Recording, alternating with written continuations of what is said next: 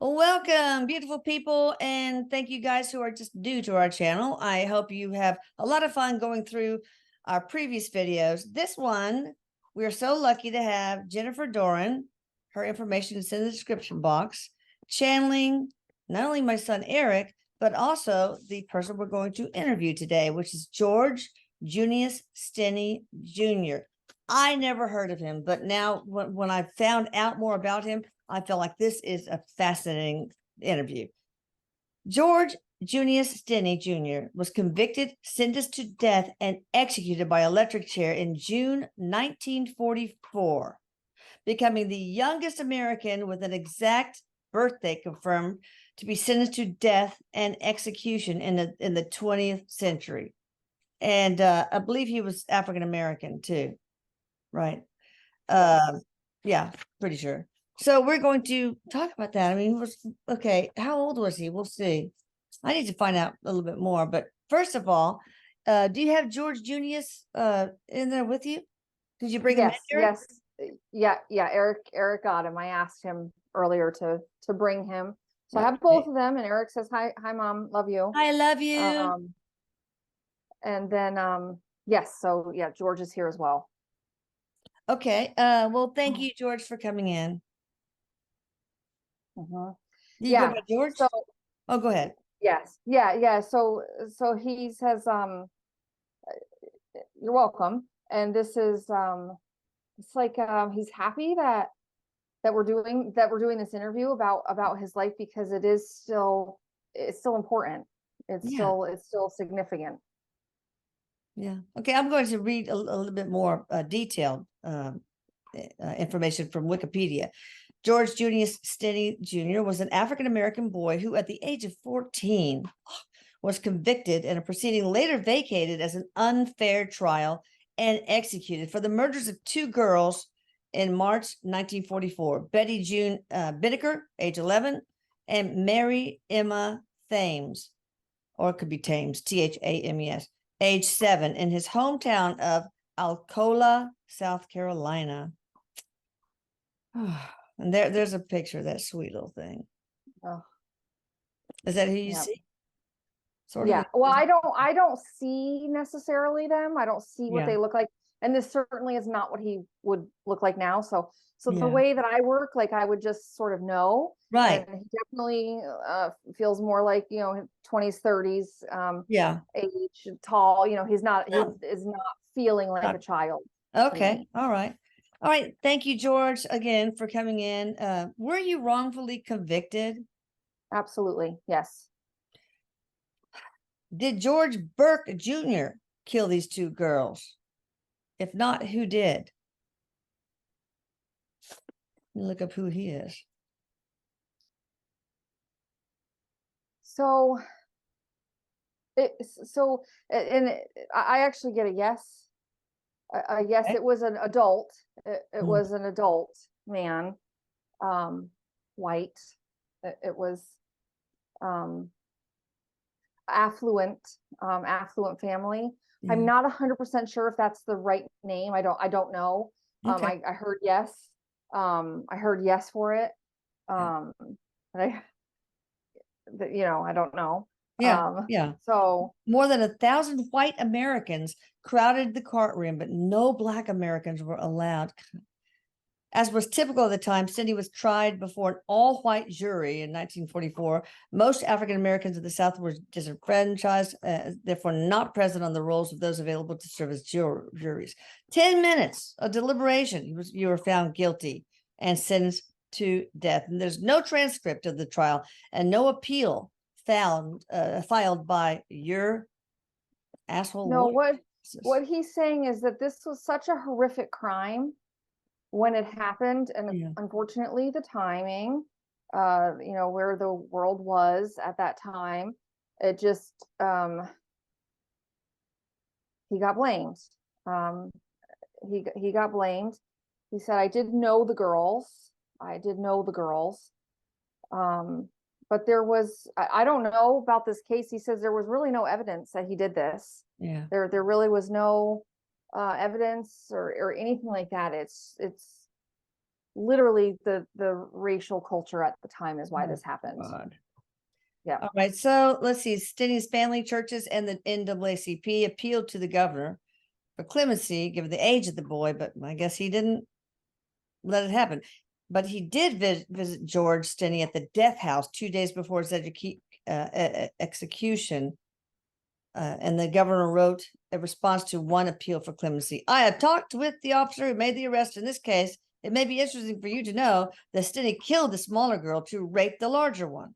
Then he killed the larger girl and raped her dead body. 20 minutes later, he returned and attempted to rape her again, but her body was too cold. All of this he admitted himself.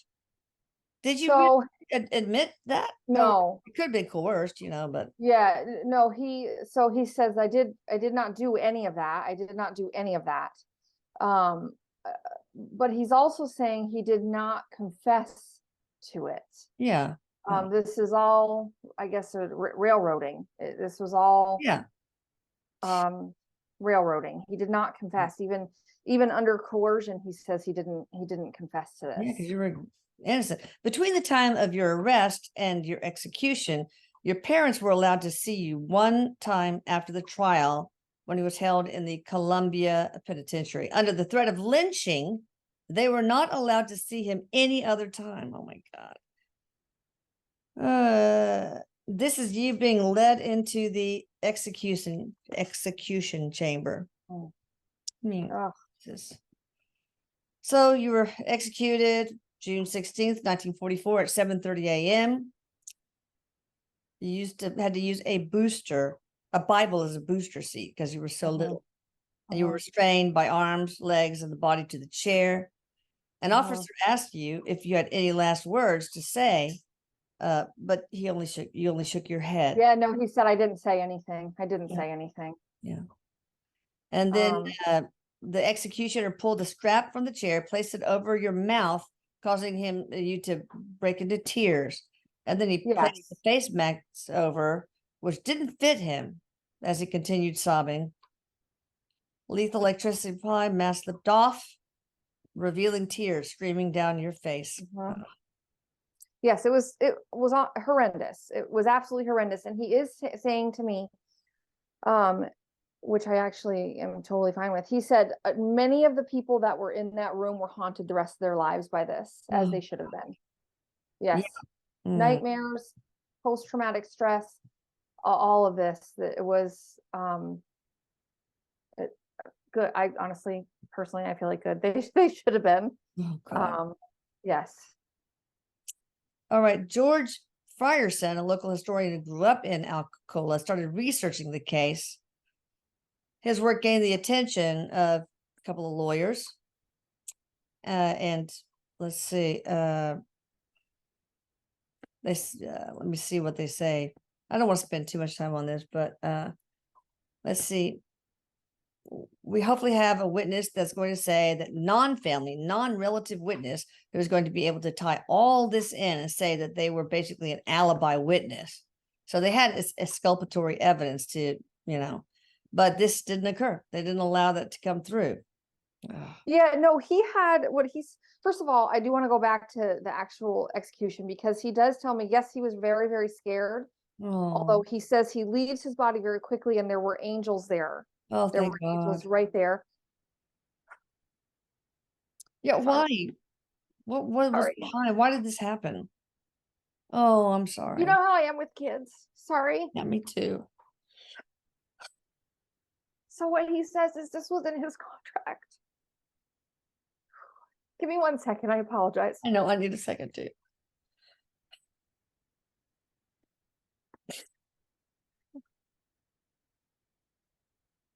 It was in his contract, is what he says, that this was going to happen. Unfortunately, Earth has the worst stuff. The worst stuff happens here. Yeah. And he says, when you look at something like this, that, later when they went back and looked at his case and he was exonerated, years and years later.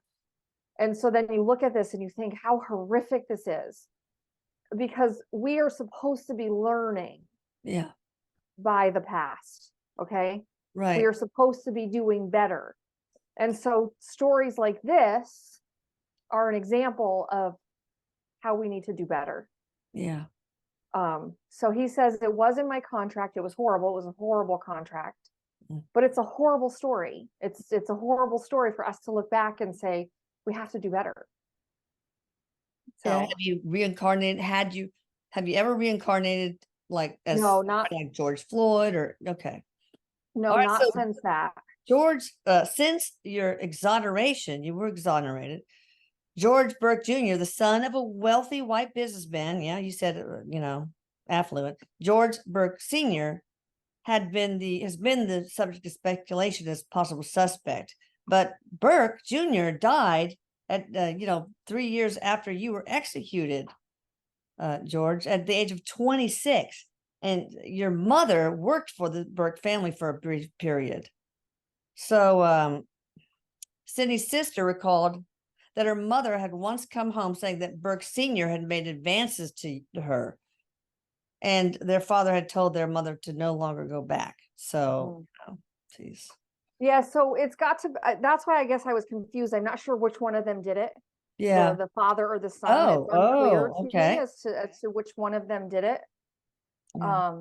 The same name, same name. It's very, that can Well, create challenges, but the acorn doesn't fall too far from the tree. yeah. So maybe Junior did it, but George Senior was not. Yeah, so this was a cover up. He said that people knew who had done this. The Oh, police said that they knew what had really happened here. yeah. So all of this was, it's so unfortunate because when there's a contract like this, like that's this intense, it just seems like so many steps along the way somebody should have been able to do something, but when it's in the contract, it's just gonna It has to play out. yes, it's just gonna play out, unfortunately. George, what was your life's purpose? So he says to shine light on injustice was one of his big purposes, which is, when you think about a 14-year-old kid, that's a huge purpose. Yeah. To shine light on injustice was his biggest.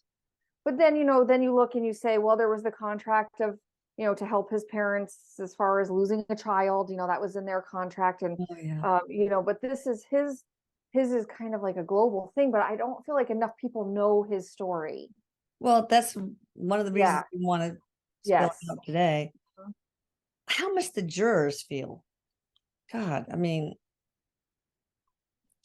So actually, he's telling me that there was jury tampering, and the jurors were threatened. So at least a couple of people, 2 or 3 people on the jury were, their hearts were breaking, but apparently he says they were threatened and their families were threatened. That's why it only took 10 minutes. But he said there were people sitting on the jury who believed I did not do this. Yeah.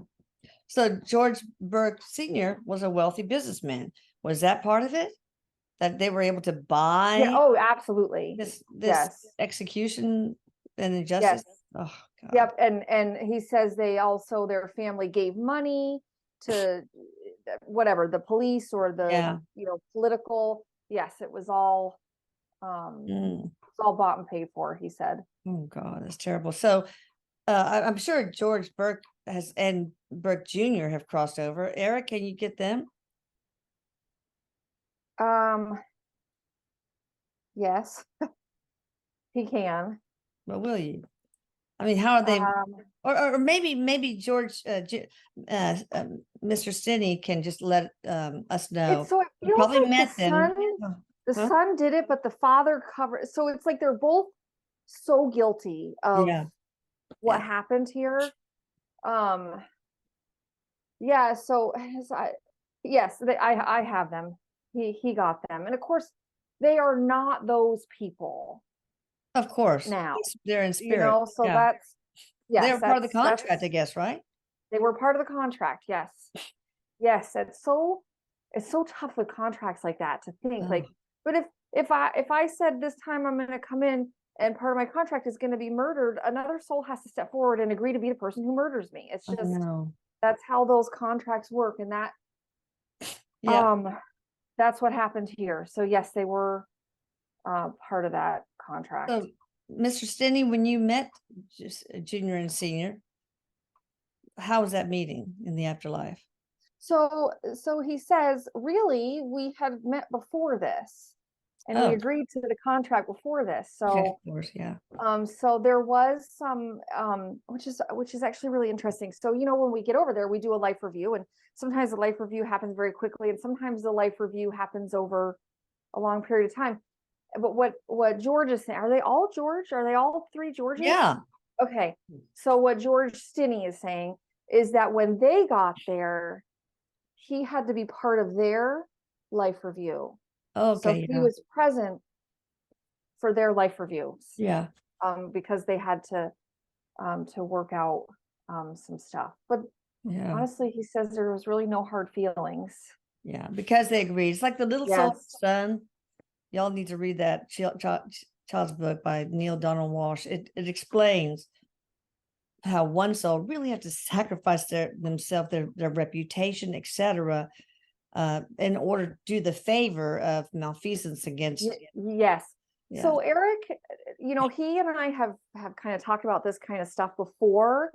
And so how he puts it to me is like, we put filtering. Okay. So when we're on the other side, we're coming into a particular life, Yeah. and we'll put filters on to completely block out stuff we learned. Oh, And in yeah. order to come in and fulfill a contract like that, there has to be so much blocked, Yeah. okay, of what you've learned spiritually in your growth, because you would not be able to fill the contract if you didn't block it. Yeah. Um, That makes so, sense. and Oh, go ahead. well, and actually what Erik is saying is that sometimes like these three Georges that we're talking about, like, to come in and have such horrific experiences, a lot of times those are souls that are actually pretty evolved and Yeah. have come here a lot and learned a lot, because it's a very, very difficult contract to fulfill. Yeah. And I think the more evolved spirits souls would agree. those really hard contract. Yeah, it can be. It's not always. Yeah. But he says, just because somebody comes in and does something horrific doesn't mean that they're actually not quite evolved spiritually. Now, Mr. Stinney, have you met the girls who were murdered, and how did that go? Yeah.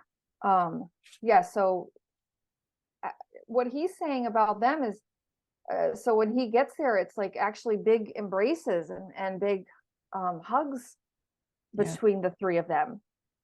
Again, part of the contract. Yeah. And he says the three of them, him and the two girls, they're all part of the same soul family. Oh, okay. Yep. Now, do you now, what do you do in the afterlife? Do you, for example, help people who are executed cross over? So One person he actually says that he still helps with racial injustice Oh, here. Through channeling, channeling information, channeling stuff to souls who are here, oh, okay. working on this activist, this kind of, Oh, yeah. good. Well, we have come a long way, but not far enough, have we? Yeah.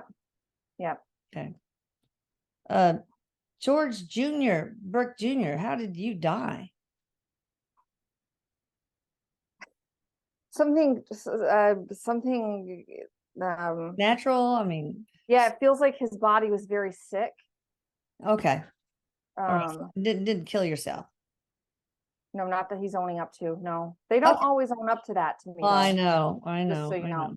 know. No, his body feels very sick. Like I do feel like I know death is coming, is how he puts Oh, it. okay.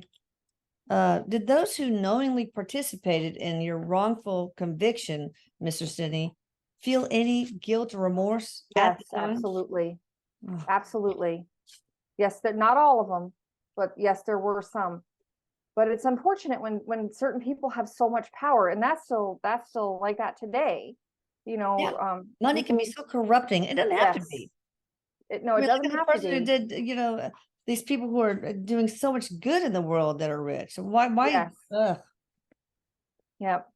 Yeah. So yes, there were, he's showing me some of the police officers, but again, there were threats or payoffs or Yeah. blackmail or whatever to some of these people. Okay. Now, not everybody. Some of them just Yeah. went along with it because They believed that. yes. Uh-huh. Was there any karma for those that wrongfully convicted you? I mean, or was it a soul contract? If it was a soul contract, but was part of that shaped by karma between you guys? There was some karmic energy here, for some of the people. He says because some of the police officers could have, like gotten out of it, like didn't have to be part of it. They could have, Recuse uh, themselves, so to speak? yes, but they use their free will to stay on it. There, same with some of the jurors.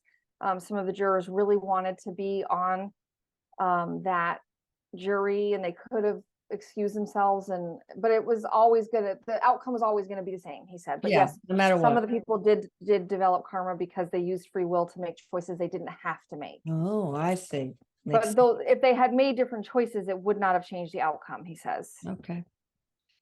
Mr. STINNEY, how did you deal with being locked up and away from your family and friends? And did you make friends in prison that supported you emotionally? Yes, there were some people who looked after me in prison, is what he says. And he actually, he disassociates, is what he's telling me. There is definitely some disassociation, but actually that was through the help from spirit, to do that. Yeah. So there's definitely some of that as well. So you dissociated in a way that you didn't have to feel the pain of being separated from your family? Is that what Yeah, you're not, at least not all the time. Not all the time. Okay. Right? Yes. So, but he says I was still afraid and crying, but he said I knew I was going to die. I knew I was going to die. Did you feel the pain of the electricity? So he does say yes, really quickly at first, but that he's out of the body quickly. Okay. And let's talk about your transition. What was that like? So what he's saying is that those angels were right there in that room. So there's some pain, he leaves the body, and the angels are right there, and they actually stay in the room until it's done. Right. And then the angels take him. He said the angels take me to the other side. So tell me what that was like. What did you see? He actually, so he's really, that was really cute because, he says I was still a kid. So it actually felt like we were flying, like that we were actually flying over there. But all I can see is white light. So it's just like he's flying with the angels, but he's not seeing any scenes from his life. Like, sometimes we do, they're just kind of like flying through the sky, and it's peaceful and it's quiet. And then they get to the other side. And it's funny because he said, like when he gets there, actually gets to the other side, he already looks like he's older, like in his 20s or 30s by the time he gets there, which is not always the case. Sometimes we look exactly like we did when we passed, and we change, as we're there. But no, he said he already had changed. Did you feel anger first before your transition, of course? Did you get angry about the injustice, or sad, or what kind of negative emotions did you have that then went away after you left your body, obviously? Yeah, so it was, he says, anger, sadness for sure, but he's even saying, and he's a very evolved soul. Yeah. He's saying, as I was standing in the room with the angels, I'm gonna cry again, sorry. Oh, you forgave. Yeah. Sorry for all my crying. Me too, same thing. So what was the first thing you saw after your death? The angels, I suppose, and the white light? So yeah, so that is happening in the room, but when he gets to the other side, really the first thing he sees is people from his soul family. Okay. Yeah, members of his soul family that welcome him back, embrace him. He says, they kind of stand around me and just basically, he puts it like they send love energetically to him, Yeah. just because of the electrocution that he had just, Yeah. it's like there is some healing and some balancing done for him as soon as he gets there. That's Because sometimes when we get there, especially if we die really quickly or suddenly, we need to like be cocooned, and we're kind of in that healing. And he doesn't necessarily go into that like, healing space where I have found with clients when I do readings, sometimes there's like a few days where they're sort of like in that cocoon or in that healing. He doesn't do that. They like his soul family heals him right there when he gets there. Yeah. Like the blackness that Erik was in for a while. The yeah, like spiritual car wash, he called it. Right. Yes. And that's kind of that, what happens there is that like that balancing, that, I don't know, just, healing that happens there. Energy repair, etc. Yeah. Yes. Now, what do you think from your perspective in the afterlife about the prison system now? Not then, but now. About it now, Yeah. he says it still is a mess, but it is better. It is better. As is the justice system better than it used to be, but it still all needs work. It still all needs work. Do you think, this is interesting, does the prison industrial complex, or is it simply a replacement for the slave trade, since it's a very profitable investment and creates jobs for judges, lawyers, or prison guards? Was that true? Is that why we have the prison industrial complex, for others to make money So, like they used to when they were slave trading? and so what Erik is saying about this is that every endeavor has to be profitable in order to keep going. There has to be something to keep the prison systems going. It's really weird.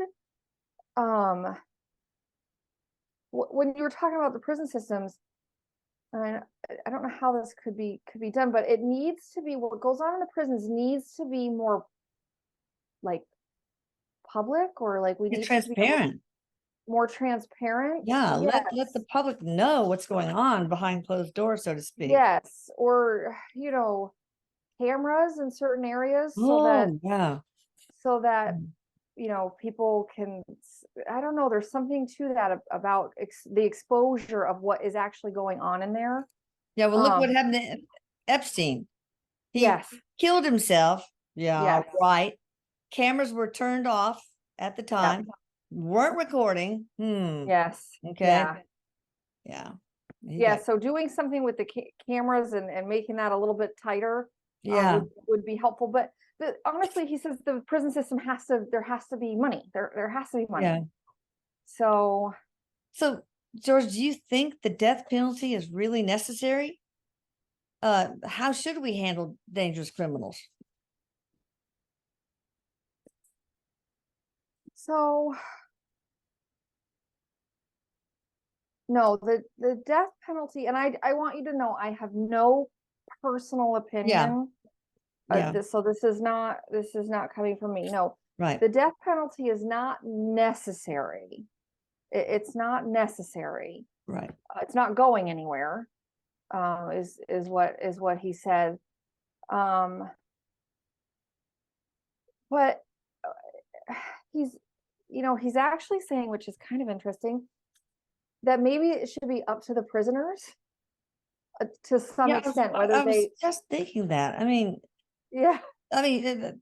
maybe it's better if they get put to death, because then they're free. They're home again. They're not suffering on the. Yeah, it's like people who are terminally ill. In some places you can say, I don't want to do this anymore, so I'm gonna choose the euthanasia. And so he says there are plenty of prisoners who are actually in jail who would rather just go than just keep staying and staying and staying. So it's, it would be nice if they got They to can have a make a decision, choice. their final Yes. decision. Yeah. Yes. Do you believe dangerous criminals can be integrated into society? I mean, I'm sure it's a case-to-case basis. Yes, yes, but, case to case basis, absolutely. Okay, how I can mean, we improve? Oh, go ahead. well, And he Erik, says you it's can just, chime in with this too. yeah, it just depends. I mean, a dangerous criminal, would you consider anybody who commits murder dangerous? Because there are degrees of, Yeah. reasons people commit murder, Right. so yeah, it's case by case basis for sure. Yeah, like a wife who's beaten so much by her husband that she just flips and kills him, that kind of thing. Right. And she probably Yeah. wouldn't ever kill anybody else. I mean, necessarily. Right. Yeah, Serial exactly. killers, though. What do you do with serial killers? Yeah. Yeah. So he says there are definitely souls down here, people down here who can't be just like anything else. There's people down here with addiction who are never going to beat their addiction this time. Yeah. It just depends on what their path is and their lessons and where they're at with them. Okay. All right. For you and Erik both, what else can we do to improve the justice system? Not the prison system. We talked about that already, but So it's just, again, there's too much secrecy. There's too much sneakiness, deception. It has to, people within it. This is okay. So what they're saying is that people within it, we need more whistleblowers. yeah. It has to Look be how the they're people treated from, now. yes, the Whistleblowers. people from inside have to be the ones, Yeah, because those of us on the outside don't have a clue what really is going on. that's true. And what about plea deals? Like I have a family member that's completely innocent, but he had to take a plea deal in order to not risk the chance of ending up in prison for 20, 30 years. Yeah, What do you think about that? That is so unjust. it is, but it is necessary. It would be more unjust if your family member got sentenced to a 20-year, Right. sentence. So at least they have this option. That is still necessary to Too keep bad they those can't plea have deals. Spirit on the stand saying, nope, he's innocent. Yeah. That would Yes. that would make it so, that would shorten. Yes. I mean, it would be so much better because Absolutely. nobody would be wrongfully convicted. So what do you Right. think about the judicial system sometimes trying minors as adults? Anybody wants to chime in on that? So, and it's actually Erik who is talking. He said, Okay. for the most part, that shouldn't be happening for the most part. Yeah. But again, there are different degrees of criminals. Yeah. And there are certainly people who are teenagers who are doing committing certain crimes that is going to carry into adulthood. Yeah. So that's under those circumstances is okay to try them as adults? So like they should have known better, that kind of thing. what he's talking about mostly is like sexual assault on small children. Okay, yeah. Like if you have somebody who's 16, 17 and they're assaulting, 2 and 3-year-olds, he's like, that's something that you don't want necessarily to be locked away in a juvenile record, never to be opened again. Okay. Yeah. So it's like, that's kind of hard. Yeah. So there are certain times and certain instances where it's okay, but for the most part, no, it shouldn't be that way, especially when you're talking 13, 14. Yeah. Once you really get 16, 17, he says that's a little different. Yeah. Of course, their brains have not totally matured. Yes. You're 25, I think, or something like that. But Yeah. well, how can we adjust the judicial and the prison system so it doesn't appear to target people of color? First of all, does it target people of color? As a general. So there still is injustice there for sure. Yes. So what can we do? So in general, things are better than they used to be, and they are continuing to head in that direction. But it really comes down to, like, who is it? One of the Kardashians. was like really Oh, big yeah. into it, like it's like that. It's like there needs to be more of that kind of stuff. Somebody More, helping to, yeah, yes, the more wrongfully people convicted. Yeah. yep, more people who have fame, who people are going to listen to and hear. It's going to take more of that kind of Yeah. stuff. Of course, I think the main issue that needs to be addressed, regardless of the color, is the degradation of the family unit. And so the problem is that there's so many fatherless kids and more in the Black community than in any other race. And that tends to increase the incidence of crime and therefore the incidence of imprisonment. Am I wrong to say that? Um, I so mean, no, it's definitely there are it plenty of is, families that don't have fathers, that they, the whites or whatever, that do bad stuff and they go to jail too. But yes, it's definitely it definitely still needs to be addressed and looked at, and some of the, smaller, especially like drug related charges, like yeah. that kind of stuff, like this is all ridiculous. It's all that kind of, Mm. stuff, that it's like people are in jail for ridiculous sentences. That all needs to be cleared up and people be released, and that is still being worked on, and it is happening. It is getting better, Hope but so. it's just such the problem is that anytime you have an establishment that's very powerful, change takes so much time. I know. And It's like moving but a Erik, giant ship. Takes yeah, time. Erik is saying it is moving in the right direction. It is, but say, putting stuff like this out there, like this injustice, and people really saying like, God, what the hell? Stuff has to be done. That does still need to be happening. Yeah. What do you think, either of you, about the state of the Black community, the Black family? I mean, you've seen from that side, George Stinney Jr., how, the New Deal or whatever. I mean, it created, it transformed, but it replaced fathers with a welfare check, for example, in my opinion. I mean, not across the board. Don't shoot the messenger. But so what do you think about what's happened to what used to be, and still is, of course, in so many ways, just a beautiful community? So it again, if you look at 50 years ago and further, it is better. It is That's getting true. better. It is getting better. It's just God, going yes. to take time. Yeah. But it's you know Erik is saying, what it was, so many years of what was done to the Yeah. African American and the Black community. It was so many centuries, just Yeah. centuries Yeah.